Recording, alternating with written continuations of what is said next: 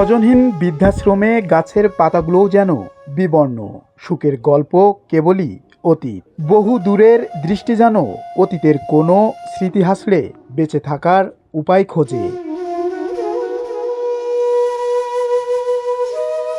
২০ বছর আগে স্বামী হারিয়ে ৩ সন্তানকে অনেক সংগ্রাম করে মানুষ করেছেন সুফিয়া খাতুন। সরকারি চাকরিও করেন একজন, কিন্তু ছেলের বউদের অবহেলা আর পারিবারিক নানা জটিলতায় এখন ঠাঁই হয়েছে বৃদ্ধাশ্রমে।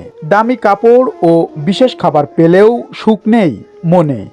তারা কত কষ্ট করে তাদের মানুষ করে খেয়ে না খেয়ে সেকেন্ডারি স্কুলে পড়াশুনো করতো। সেই ছেলেটার জন্য আমি আলাদা করে ডিম দিয়ে পরে রাখার মধ্যে দিয়ে ভাত রেঁধে নিয়ে এসে খাওয়াইছি। আর সেসব ছেলের এখন আমার খোঁজ নেয় না। একটা ছেলে আর্মি চাকরি করে, সেও আর্মি মিজাসে, সে ছেলে আমার এখন খোঁজ করে না, দেখে না। বেটার বউ দেখতে পান না, ঘরের দৌড় খোলে না, পাশে দরজা দিয়ে চুলি দাঁড়িয়ে থাকতে হয়, তাকে দৌড় খুলতে চাই না। হেঁটে বেড়াই, আমি ফাঁক দিয়ে দেখি, তাও আমার দৌড়টা খুলে দেয় না। ছেলে কয় যে আমার মা নাইও, এখন মা বাদ দেওয়া যায়, বউ বাদ দেওয়া যায়, মা ফেলা যায়, বউ ফেলা যায় না, বউ নিয়ে চলতে হয়। বউ যদি কিছু বলে কিছু হয় তাহলে তো চাকরি থাকে না। শুধু সুফিয়া খাতুনই নয়, জীবনভর নিজ পরিবারের জন্য সবটুকু দিয়ে যাওয়া প্রবীণ মায়েরা আজ একা, নিঃসঙ্গ। শেষ বয়সে যাদের পাওয়ার কথা একটু আদর আর সন্তানদের ভালোবাসার পরশ, তাদের ভাগ্যই যেন নির্মম পরিহাস। মধু, আমরা হইলে আজ ঈদের দিন সব ঘুম থেকে উঠেছি, হাত মুখ ধুয়েছি, সময় খাইছি, হকদানা রাইন দিয়েছে চুলা, হকদানা দিয়ে গোস্ত রাইন দিয়েছে, ছাগলের গোস্ত, তাও আমরা খাইছি। তবে একটা কথা যে বাড়ি একটা ছেলে ফেলে নিয়ে খাই আর না খাই একটা আনন্দ বিষয় থাকে, এখানটার মধ্যে সেটা আমরা পাই না।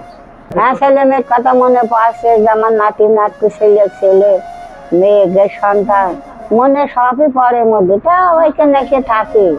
আমার জামাই ছেলেরা এখানে আমার রেখে কি আছে, এখন আমি সেই জন্য থাকি। এখন ছেলেদের বদ দোয়া দেবো না, আল্লাহ তাকার বাঁচে রাখুক, তারা ছেলে পেলে নিয়ে তারা সুখী শান্তি খায়। আমাকে যে ঈদের দিন আমাকে ছেলে পেলে কেউ আসুন, একটু খোঁজ খবর নিয়ে।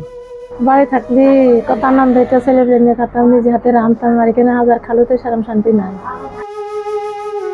কর্তৃপক্ষ জানালো, সবাইকে ঈদে আনন্দ ও হাসি খুশি রাখতে নতুন পোশাকের পাশাপাশি বিশেষ খাবারের ব্যবস্থা করা হয়েছে।